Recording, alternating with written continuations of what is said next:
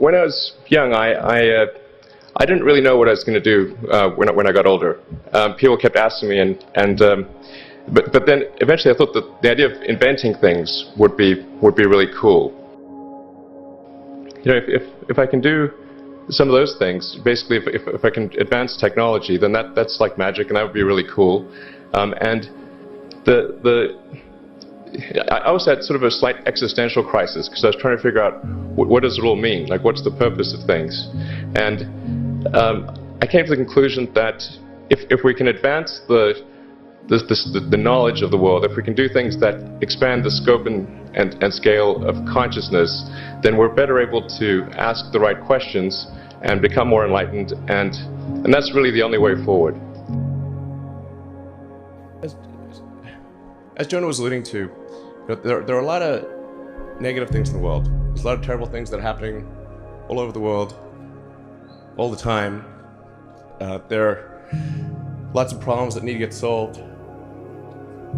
There's lots of things that are miserable and kind of get you down. But life cannot just be about solving one miserable problem after another. That can't be the only thing. There need to be things that inspire you, that make you glad to wake up in the morning and be part of humanity. That's why we did this. This guy called Tsiolkovsky, one of the early Russian rocket scientists, the great saying, "Earth is the cradle of humanity, but you cannot stay in the cradle forever." It is time to go forth, become a star-faring civilization, be out there among the stars, expand the scope and scale of human consciousness. I find that incredibly exciting. That makes me glad to be alive. I hope you feel the same way. But I'm still pro-humanity. You've said that this has been the toughest year for you, the most sort of taxing year for you. Like, why? Well, I mean, Tesla really faced a severe threat of death due to the Model 3 production ramp. Essentially, the company was bleeding money like crazy, and just if we didn't solve these problems in a very short period of time, we would die. And it was extremely difficult to solve them. How close to death did you come? Within single-digit weeks. 22 hours a day? Or like how many hours? Just working, so 7 days a week, sleeping in the factory. No one should put this many hours into work. This is not good. And people should not work this hard. They should not do this. It's very painful. It hurts my brain and my heart. It hurts. This is not recommended for anyone. I just did it because if I didn't do it, then Tesla, good chance Tesla would die. I think one of the biggest mistakes people generally make, and I'm guilty of it too, is wishful thinking. You know, like you want something to be true, even if it isn't true. And so you ignore the things that, you ignore the real truth because of what you want to be true. This is a very difficult trap to avoid. And like I said, certainly one that I find myself in having problems with.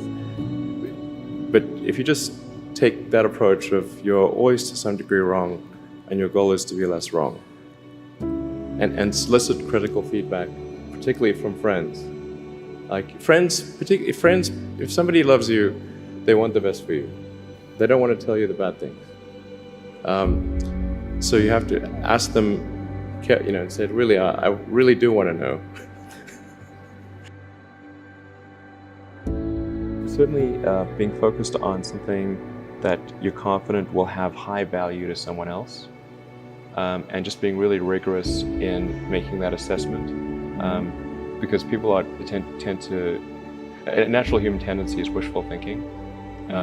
So a challenge for entrepreneurs is to say, well, what's the difference between really believing in your ideals and sticking to them versus pursuing some unrealistic dream that doesn't actually have merit? And that is a really difficult thing to tell. Can you tell the difference between those two things? Right. You know? So you need to be sort of very rigorous in your self-analysis.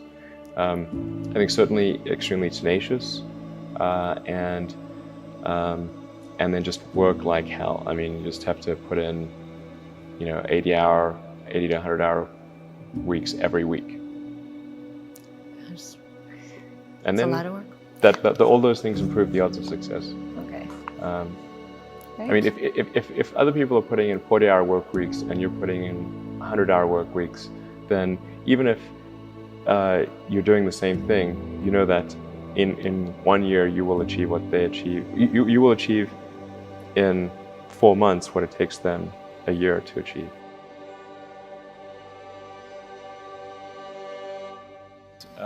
Some of them are going to sound like, well, you've heard it before, but it's worth re-emphasizing. I think the first is you need to work, depending upon how well you want to do, particularly if you're starting a company, you need to work super hard. So what does super hard mean? Well, when my brother and I were starting our first company, instead of getting an apartment, we just rented a small office and we slept on the couch. And we showered at the YMCA, and we're so hot up we had just one computer. So the website was up during the day, and I was coding at night, 7 days a week, all the time. And I sort of briefly had a girlfriend in that period, and in order to be with me, she had to sleep in the office. So work hard, every waking hour. That's the thing I would say particularly if you're starting a company. And I mean, if you do simple math, you say okay, if somebody else is working 50 hours and you're working 100, you'll get twice as much done in the course of a year as the other company. The other thing I'd say is that if you're creating a company or if you're joining a company, the most important thing is to attract great people. So either join a group that's amazing, that you really respect, or if you're building a company, you've got to gather great people. I mean, all a company is a group of people that have gathered together to create a product or service. And so depending upon how talented and hardworking that group is, and the degree to which they are focused cohesively in a good direction, that will determine the success of the company. So do everything you can to gather great people if you're creating a company. Then I'd say focus on signal over noise. A lot of companies get confused. They spend money on things that don't actually make the product better. So, for example, at Tesla, we've never spent any money on advertising. We put all of the money into R&D and manufacturing and design to try to make the car as good as possible. And I think that's the way to go. So, for any given company, just can keep thinking about, are these efforts that people are expending, are they resulting in a better product or service? And if they're not, stop those efforts. And then the final thing is to sort of don't just follow the trend. So you may have heard me say that it's good to think in terms of the physics approach, or first principles, which is, rather than reasoning by analogy, you boil things down to the most fundamental truths you can imagine, and you reason up from there. And this is a good way to figure out if something really makes sense, or if it's just what everybody else is doing. It's hard to think that way. You can't think that way about everything. It takes a lot of effort. But if you're trying to do something new, it's the best way to think. And that framework was developed by physicists to figure out counterintuitive things, like quantum mechanics. So it's really a powerful method. Anyway, so that's, and then I think that the final thing I would encourage you to do is, now is the time to take risk. You don't have, you don't have kids, but as you get older, your obligations increase. So and once you have a family, you start taking risk not just for yourself, but for your family as well. It gets much harder to do things that might not work out.